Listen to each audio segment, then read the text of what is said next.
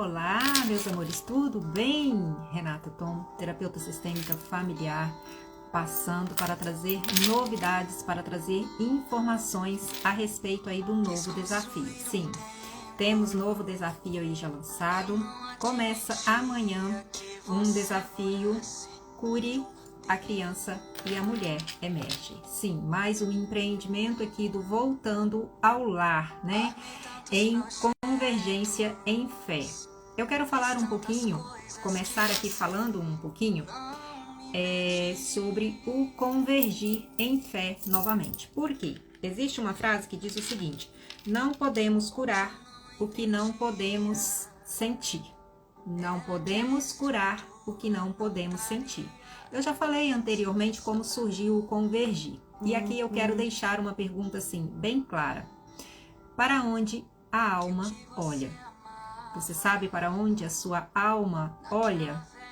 Pois bem, esse novo empreendimento, né, aqui do Voltando ao Lar, esse novo desafio, vão ser durante 7 dias, com dinâmicas, né, dinâmicas sistêmicas, com meditações, para te promover aí um entendimento, uma tomada de consciência e um mover, para que de repente aí você descubra para onde a sua alma está olhando. Por quê? A alma ela sempre olha para alguém ou para algo. E o mais interessante que eu descobri durante esse percurso, né, de autoconhecimento e da psique humana voltando-se para as emoções, é que a alma sempre olha para trás. E no trajeto dessa descoberta, né, dessas vivências a qual eu venho passando, eu descobri que a minha alma estava olhando para a morte. Pois bem, como eu descobri isso? Fazendo um mergulho para dentro, né? E não foi um mergulho só, foram vários mergulhos até conseguir ali identificar que sim, a minha alma estava olhando para a morte.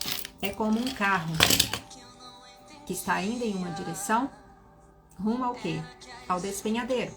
Rumo ao despenhadeiro, rumo ao muro, né, de contenção. Eu estava caminhando dessa forma. E quando eu descobri isso, o que aconteceu? Estagnação. Sim, o carro para. Quando você descobre, porque quando você vê a verdade, né, você viu a verdade, aquele primeiro impacto, aquela primeira choque de realidade ao ver a verdade, o carro parou.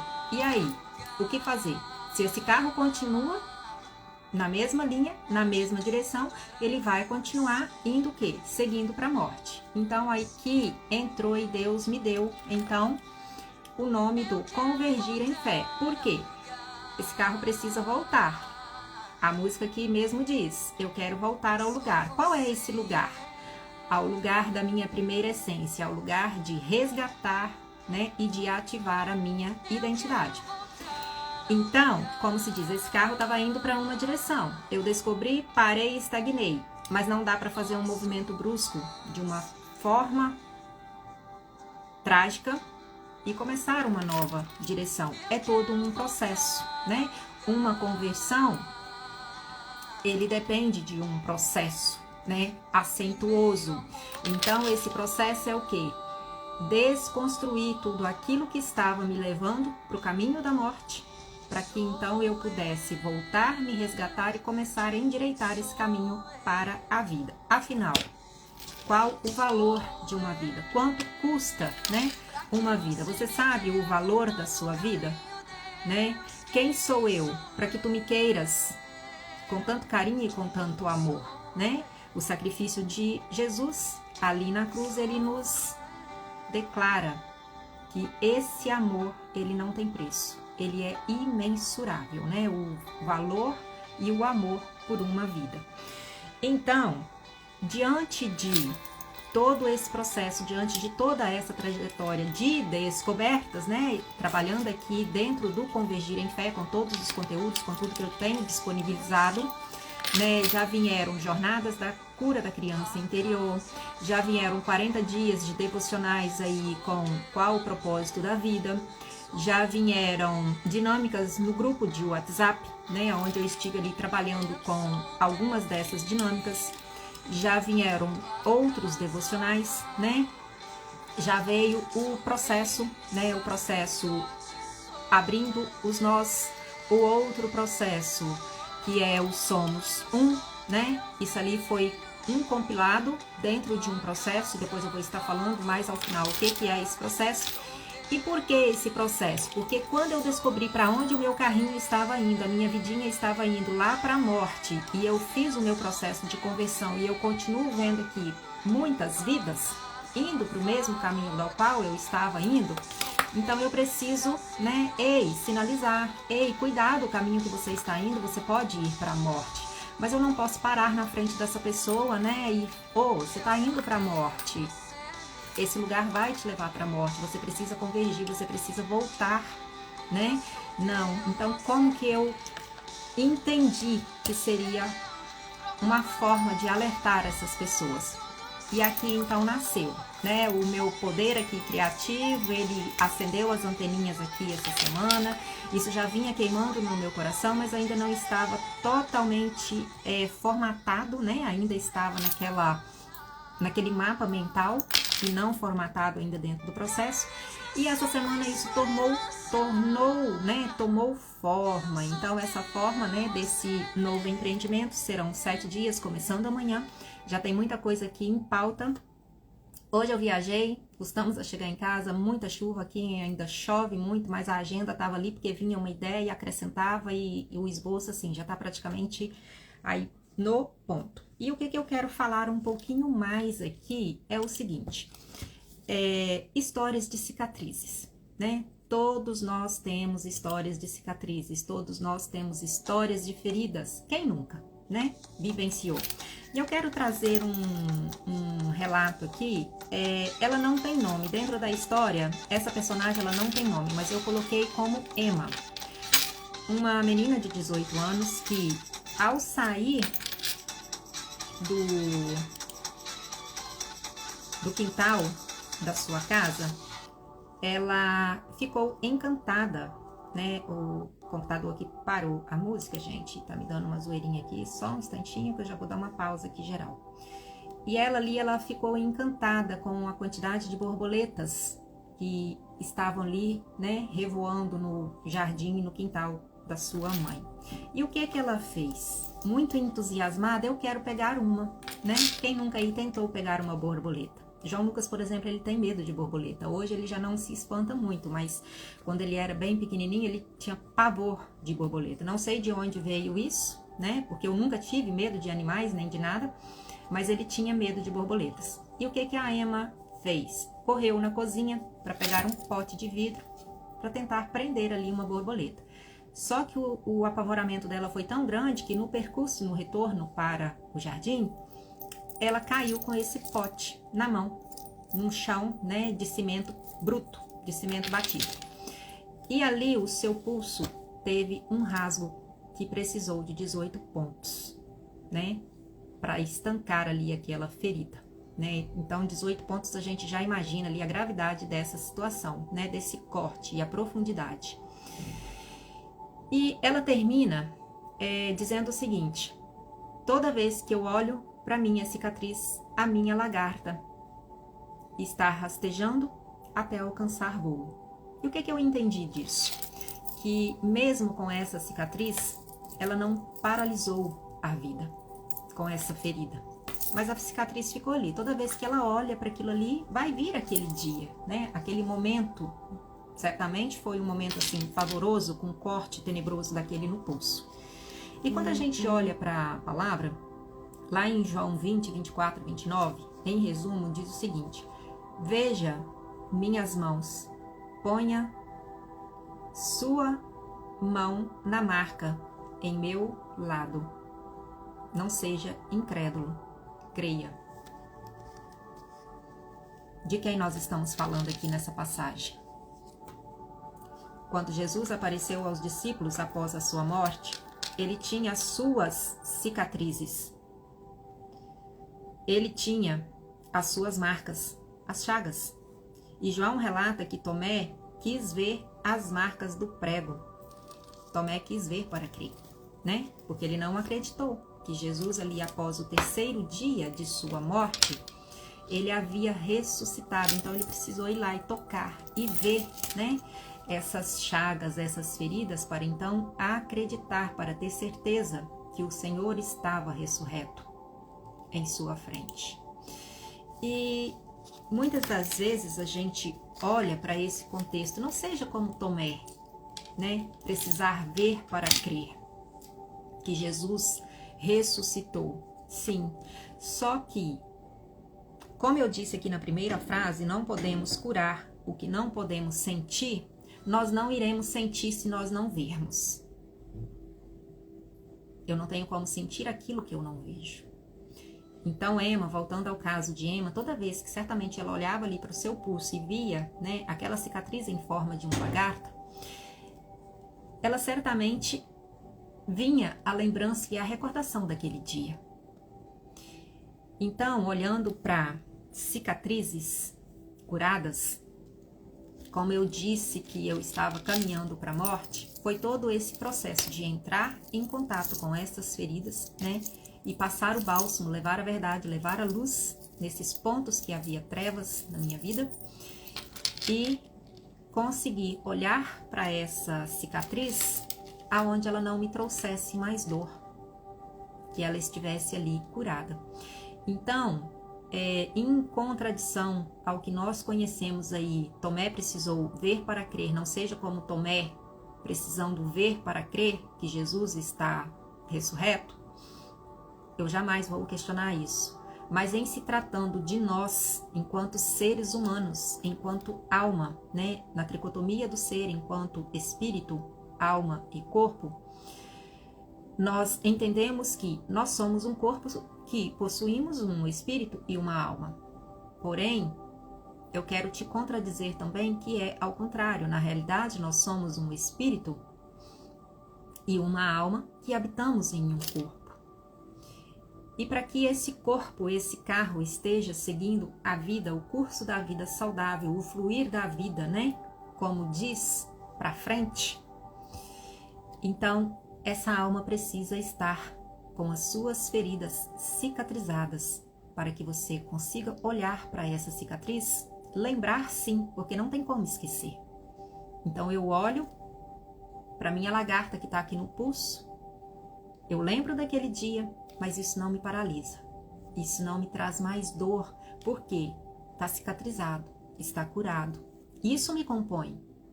Isso me compõe. A lagarta aqui no pulso ali de Emma, trazendo pra gente, faz parte do que eu vivenciei, fez parte do que ela vivenciou. Então, assim, trazendo, né, toda essa dinâmica que eu estarei trazendo, é para que de fato você possa, eu estarei aqui tentando te proporcionar esse caminho, te conduzir, né, por esse caminho para que de fato você chegue no lugar dessas feridas, para levar luz, para levar a verdade, para levar o bálsamo, curar, cicatrizar e isso não te trazer mais dor. Para que você possa olhar, sim, aqui tem uma marca, aqui tem uma cicatriz, mas ela me compõe e ela não me gera mais dor e não me paralisa mais. Para que eu possa convergir então do ponto que eu estava indo para a morte, convergindo para a vida, porque quando nós olhamos, né, para o contexto aqui, voltando no contexto de Tomé, a partir daquele momento ele creu que o sacrifício de Cristo ali na cruz não foi em vão. Então eu sempre falo isso aqui, que o sacrifício de Cristo não tenha sido em vão, né?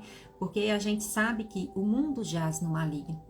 E quando a gente toma essa consciência da direção a qual eu estava indo, eu consigo convergir, retornar o rumo para a vida, e eu vejo, né, às vezes que um parente muito próximo, alguém muito próximo, um amigo, né, um irmão da igreja está indo ali para aquela mesma direção, enquanto filha, enquanto cristão, o que eu preciso fazer? Então isso está sendo uma forma, né, de eu estar trazendo aqui esse movimento, mais um movimento aqui do Voltando ao Lar, para que eu possa sim dar a oportunidade para que mais pessoas consigam se mover e convergir da direção que possam estar indo.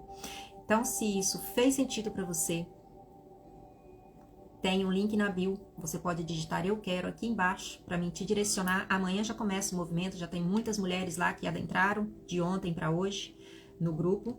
Esse material só vai ser disponibilizado no grupo, eu não vou disponibilizá-lo aqui nas redes sociais. É um conteúdo restrito, é um conteúdo de grupo fechado, é um grupo silenciado, não tem bate-boca, tem alguns momentos que a gente vai estar ali abrindo o grupo para ter interação, sim, mas é um grupo silenciado com essa finalidade. Tudo que vai ser trabalhado aí é para essa finalidade. E eu quero deixar aqui algo que Bertin Hellig fala sobre a vida.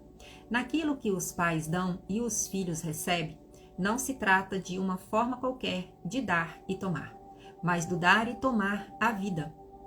Ao dar a vida aos filhos, os pais não lhes dão algo que lhes pertence. Dão-lhes como a vida a si mesmo, tais como são, sem acréscimo e sem exclusões. Portanto, os pais nada podem acrescentar à vida que dão, e também nada podem excluir dela ou reservar dela para si. E por essa razão, os filhos, quando recebem dos pais a vida, também não podem acrescentar-lhe nada, nem deixar de lado ou recusar algo dela, pois os filhos não somente têm os seus pais, eles são os seus pais. Composição: 50% papai, 50% mamãe. É como se eu estivesse aqui, ó, caminhando sobre duas pernas. Suponhamos que aqui na minha perninha esquerda esteja mamãe, na minha perninha direita esteja papai. O que diz a palavra perante aos pais? Honre pai e mãe e os teus dias serão prolongados. Se eu não honro uma dessas perninhas, né? Se eu não honro uma dessas partes, e o que é honrar? Honrar é exatamente ser grato por essa vida que eu recebi deles, não importa como ela foi, mas eu conseguir dar um sim, ser grato a essa vida e conseguir transmitir essa vida. Aí sim, eu vou estar exercendo esse princípio da honra.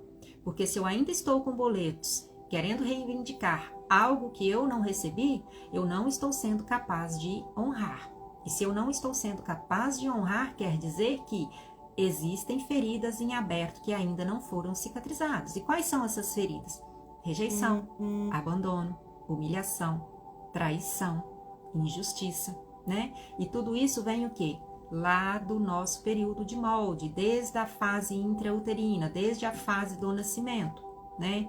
Então, todo esse trabalho vai ser esse mergulho para ir vasculhando, desde a sua concepção em diante. Faz parte, portanto, da ordem do amor que a criança tome a sua vida tal como os pais a dão, como uma totalidade, e que tome seus pais como eles são, sem qualquer outro desejo, sem recusa e sem medo.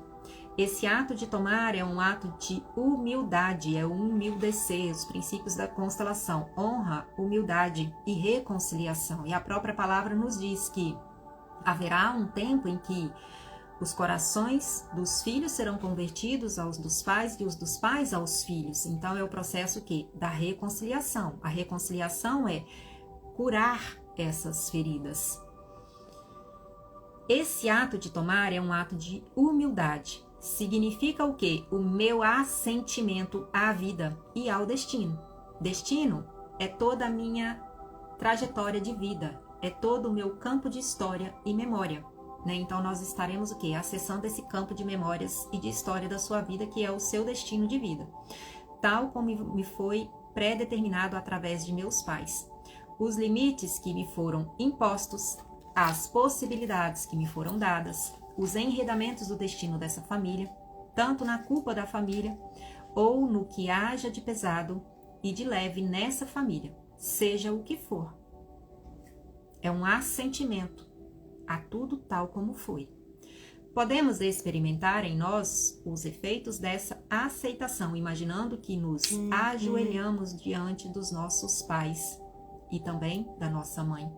Nos inclinamos profundamente até o chão, estendemos as mãos para frente com as palmas para cima e lhes dizemos: eu lhes presto homenagem. Então, nos levantamos, olhamos nos olhos do papai e da mamãe e lhes agradecemos pelo presente da vida, dizendo-lhes, por exemplo: querida mamãe, eu recebo a vida de você. Querido papai, eu recebo a vida de você na totalidade, como ela foi, sem desejar algo a mais, sem me arrogar que teria e que eu teria um desejo inconsciente que pudesse ter sido diferente. Então, sim, com tudo o que ela envolve, pelo preço total que custou a você, papai e mamãe, pelo preço, né, que custou a eles. Gente, a vida custa. Só quem é mãe, só quem é pai sabe o quanto custa, né? Pôr um filho no mundo, hoje em dia, é o de menos. É o de menos, assim, entre aspas, porque a gente sabe todo o processo, né, que envolve o medo, né, para a mulher, para o feminino, enquanto gestar uma vida, como que vai ser, vai correr tudo bem, como que vai ser o parto. A gente sabe dos altos e baixos, das turbulências emocionais aí que a mulher vive nessa fase. Mas trazer um filho à vida, né, não estou dizendo aqui nem em valores materiais, mas em valor do próprio risco que essa mulher se coloca de carregar, de nutrir, né? De nutrir uma vida, para que aquela vida evolua ali ainda dentro do ventre para nascer. Olha o poder de um ventre de uma mulher, né? Aí as empoderadas, meu corpo, minhas regras, não quero nem entrar nesse detalhe aqui agora, né? Mas quando a gente olha para o valor da vida, o poder, né, centrado no útero, de gestar. E de onde veio essa semente? De onde veio essa semente? Ah, pai é quem cria. Não. Pai é quem deu a semente. Independente dele ter te abandonado, de ter sido um lance lá casual, pai é quem deu a semente, independente do que ele fez. Ele é o pai.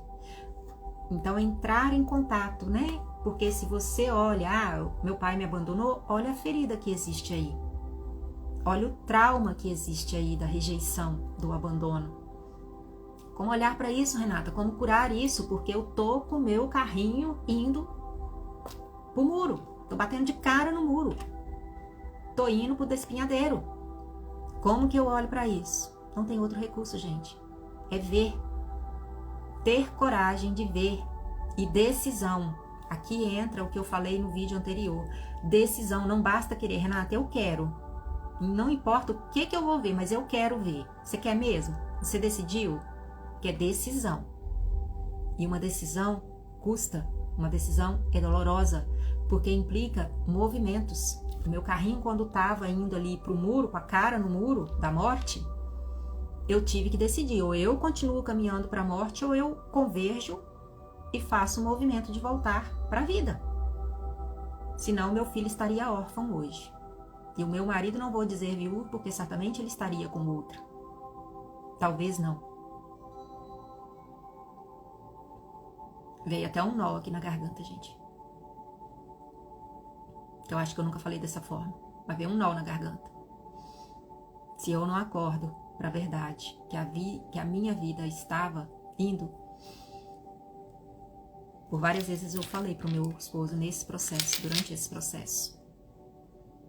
Eu não estaria aqui hoje, amor. E foi fácil? Não.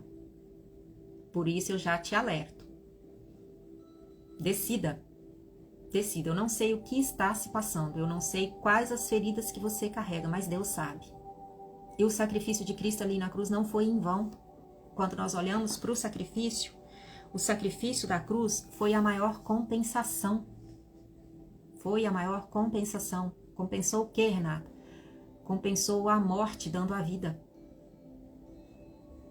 Porque a morte entrou desde o momento da queda. Lá do Éden entrou a morte. E todos nós fomos gerados no pecado. Então o sacrifício de cruz, ele foi o maior ato de compensação para nos trazer de volta à vida. Então tomar essa verdade. Renata, eu oro, eu busco, eu clamo e eu estou agindo. Você está agindo? Teve uma mentora que falou a semana passada e ela foi bem taxativa. Ela disse o seguinte: Às vezes a gente está precisando de parar um pouco de orar e agir. Oração. Orar mais ação. Mas o que eu vou fazer, Renata? Não sei nem por onde começar. Estou te apresentando o primeiro passo.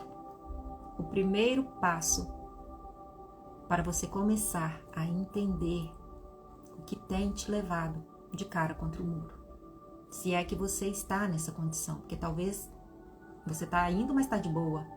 Mas se você entendeu que está indo, isso está pesado, está difícil, o financeiro não desenvolve, relacionamentos, parece que eu tenho o dedo podre, saúde nem se fala, relacionamentos de um modo geral, eu sou um turbilhão, sou um barril de pólvora, trabalho, nunca vejo retorno. 2 situações ou 3 aqui que eu posso apontar. Identidade, escassez e orfandade. São 3 fatores que travam a vida e te levam de cara contra o muro. Então, se fez sentido para você, eu te apresento aqui. Cure a menina e a mulher emerge. Se eu não tivesse vivenciado esse processo de cura da minha criança, né? Da criança interior, porque as nossas feridas estão na nossa criança interior. Então é curar essa criança, acolher essa criança, entender onde estão as feridas dessa criança. E aí sim, você adulta vendo, acolhendo essa criança, vocês irão convergir e começar a caminhar para a vida. Se fez sentido para você, se você está aí passando por algumas situações que não sabe por onde começar, eu te apresento o primeiro passo. Venha para o Voltando ao Lar. Tem um link na bio. Pode digitar eu quero aqui embaixo. Ou então me manda uma mensagem aí no inbox, no privado, que eu estarei te enviando o link do grupo, né? É um link que não entra esporadicamente, é só mulheres, é eu quem dou o aceite. Eu vou estar avaliando o perfil, né, de antemão, porque eu quero mulheres comprometidas. Eu não vou estar aqui do lado de cá me desgastando, né, deixando o meu filho. Chegamos de viagem, meu filho está lá no quarto com meu esposo. Então eu quero mulheres comprometidas nessa missão. E ao término aí de 7 dias, talvez você compreenda que o rumo que você estava levando, você precisa fazer uma conversão e tomar uma nova direção. E aí vão vir novos passos. Esses novos passos vão ser apresentados ao final, né? Que aí é um processo mais profundo, que é o outro processo do qual eu já estou trabalhando. Tem uns 2 ou 3 já prontos. E aí eu vou estar apresentando logo mais ao final. Mas se fez sentido para você, se tem alguma amiga aí que você está vendo que está indo aí, né, com um carrinho de cara contra o muro, encaminhe para ela, tá? Quem sabe por aqui pode ser assim, aquela luzinha ali no fim do túnel. Não vou prometer milagres, porque o que eu estou disponibilizando de cá é a minha parte. Então a sua parte é você quem precisa fazer. Beijo no coração. Será muito bem-vinda. Quem quiser cair para dentro, já tem muitas mulheres no grupo. Então, se você entendeu, né, que aqui pode ser essa oportunidade que acendeu aí uma luzinha no fim do túnel para ver uma nova direção na sua vida, venha, só venha. Venha com a cara e a coragem, prepare um caderno, prepare caneta. Eu vou estar disponibilizando um material aqui também, que ao final você vai estar ali com um mapa mental fechado, né, dos passo a passo, que te dará uma clareza do que você precisa fazer, de repente, aí no seu próximo passo. Devagar e sem parar, e nem depressa, e nem correndo. Voltando ao Lar te apresenta um novo modo de olhar para a sua vida, uma nova forma de entrar em contato com as suas feridas e promover curas, porque sim, a cura está no mesmo lugar da ferida. Mas se eu não entro em contato com ela, não vejo e não sinto, né? Libero essa emoção que está ali contida, eu não alcanço as curas das quais eu preciso. Beijo. Amanhã já está começando. Primeiro dia. Ó, vai ser forte. Tenha certeza disso, porque vai ser forte. Tá lindo, gente. Beijo no coração.